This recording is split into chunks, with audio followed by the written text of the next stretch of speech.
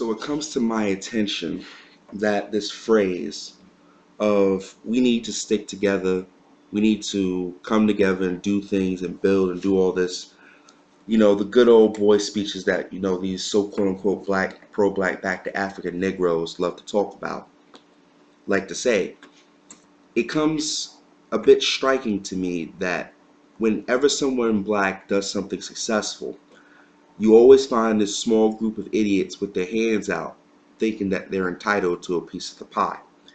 And I'm sure you guys are familiar with the story of the little, I guess, parable of the chicken who had to want to make some bread and asked for help. And well, long story short, nobody wanted to help, but then wanted a piece of the pie when it was all said and done. So, be it as it may, I got to thinking, and a lot of people say, well, we're black, we should stick together. And I just come to understand that a lot of you don't even know what that means. You have no idea how to enact the labor of such a process. And frankly, if you were even handed a roadmap and, of course, a few other choice little tidbits, you still, for some reason, would fail to do the task that's required of you. So I have to ask the question, if it's because we're black and we should do these things, then why was it that when I was hungry, you didn't feed me? When I was naked, you didn't clothe me. When I was injured, you didn't nurse me back to health. If I was emotionally damaged or emotionally hurt, you didn't comfort me. When I was broke, you didn't give me a job. When I was ignorant, you didn't educate. When I was frightened, you didn't protect. When I was lost, you didn't help me find my way. When I was out of my mind, you weren't the sound anchoring point for which I can find my way back to solid mental footing. If it's because I'm black and I owe you something, then when I was coming up in the world, why didn't you go and fight for what was right then? But now all of a sudden, as I've made something of myself, you want to fight now. This is the type of questions I have to ask these Negroes, because it seems to me that whenever there's this clear divide that's ever widening now, these Negroes are saying we need to stick together, but yet you have done nothing on your end to make this a reality. It's a legitimate question because here's my point. It's a farce to sit here and suggest that after everything that has happened, you expect Negroes who have built themselves up on their own steam, on their own ingenuity, to turn around and now do for you. When many of you didn't give a rat's ass when that person was coming up struggling just like you. I give an example. It's a simple talking point that people will say, well, all these black celebrities could do this and help the community. No, no, no, no, no. I think you got this ass fucking backwards. These people have shown you by their example that anything is possible. Whether they're a sports athlete, they're a media mogul, a scientist, an inventor, a doctor, a lawyer, they by their own examples have already given you everything you need to know so that you too can go and do this for yourself. But like everything else in the black community, if it's not handed to you, obviously it's not worth enacting the labor to go obtain. And this is very, to say the least, disgusting, saddening even. And I really wish that black folks would figure this shit out and quit doing it. But that's not what's going to happen. Oh, no, no, no, no, no, no. I know this for a fact. This is not what y'all going to do. What you will do is sit on your laurels and say, well, he's a sellout and a coon because he forgot about his own people. That is what's wrong with your thinking. See, if you want to talk about how we need to stick together, then why is it you Negroes have not done the simple things? That the questions I've asked in the beginning of this video. Why haven't you done these things? Now, let me give you some context. I grew up in Crown Heights, Brooklyn during the 90s. And if anybody who was in the New York City metropolitan area in the 90s knew that Brooklyn was a pretty rough place, especially with the Bloods Crip epidemic that found its way in the late 90s on the streets. Of course, the East Coast, West Coast rap rivalry thing. But of course, where I grew up at, it was rife with bass heads. There were gangbangers in the hood. Clubs everywhere where every other week someone was getting shot up or fucked up in the streets. Streets were dirty. The school, PS 138 at the time, was probably one of the worst schools to date that I can recall having seen. And yet, for some reason, Negroes couldn't fix the shit, not just for me, but for the black kids that were going to that school. Really didn't see too many black folks go up to PTA night. In fact, to be honest with you, to my knowledge, I've never heard of more than 30 or 40 people going to PTA night at PS 138, period. I could be wrong, of course. But I say all that to say this. As a man now of 28 and a father of 2 children and somewhat successful in the things that I'm doing, I get irritated when black folks say to me, I should, if I make it to where I really want to be, need to help pull everybody else up. That's not how this works. There's this thing called one hand washes the other and both hands wash the face. And what Negroes don't seem to understand is, I can only do so much for you.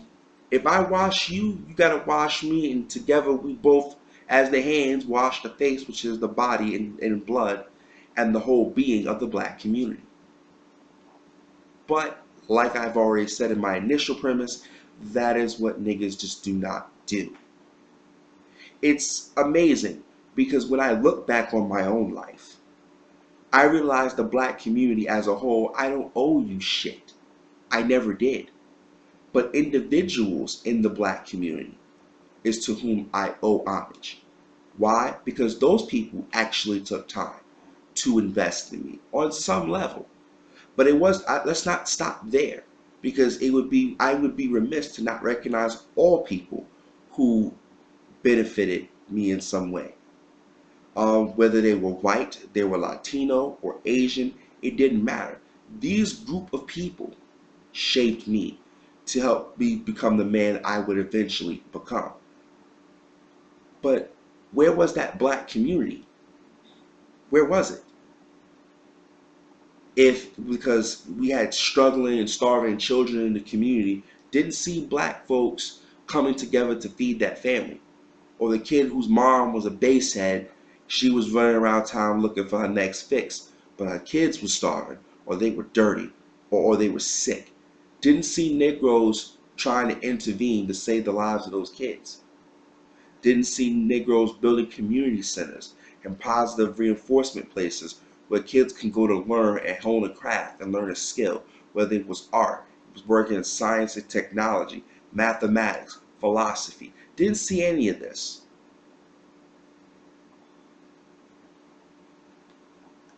And when I say I didn't see any of this, let me be fair. Individual places like in Crown Heights, we had a thing, it was a church-based organization called New Life. So I can't say I've never seen it 110%.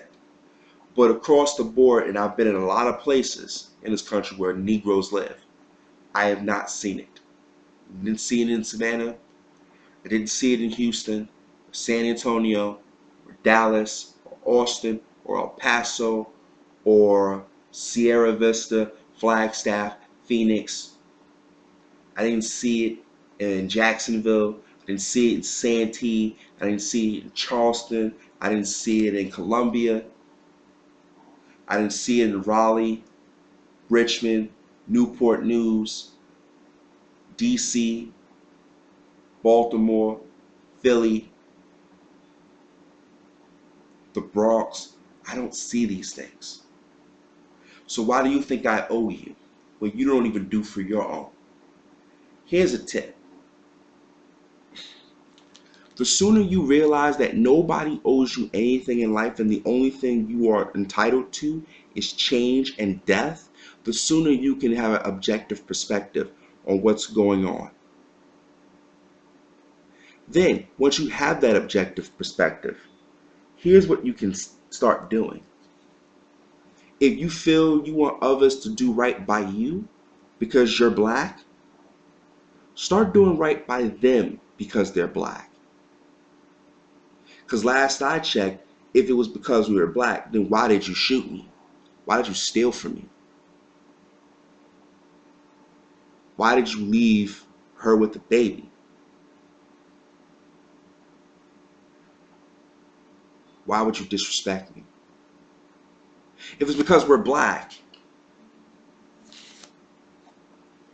then why is it when I have made something of myself, you can't be happy for me?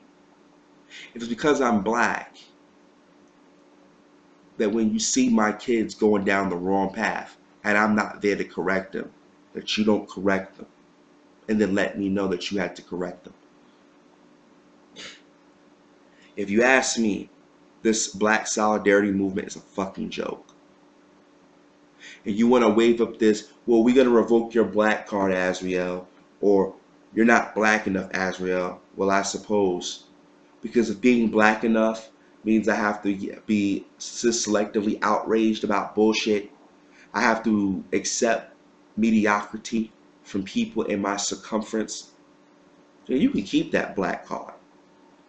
I want excellence in my life. And I want a community of people who are like-minded. So I could care less if I live amongst whites, I live amongst Jews, Hispanics.